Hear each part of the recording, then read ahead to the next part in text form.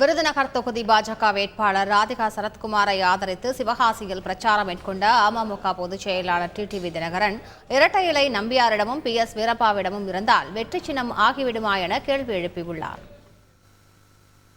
அவர் நினைச்சிட்டு இருக்காரு இரட்டை இலை இருக்கிறதுனால மக்கள் எல்லாம் ஏமாந்துருவாங்கன்னு. இரட்டை இலை எம்ஜிஆர் இருந்தப்ப அம்மாட்ட இருந்தப்ப அது வெற்றி சின்னம். PS வீரப்பாட்ட இருந்துச்சுன்னா வெற்றி சின்னமா? நம்பியார்ட்ட இருந்துச்சுன்னா வெற்றி சின்னமா? அதே மாதிரிதான் 2019 இருந்து எல்லா தேர்தல்களையும் தோல்வி.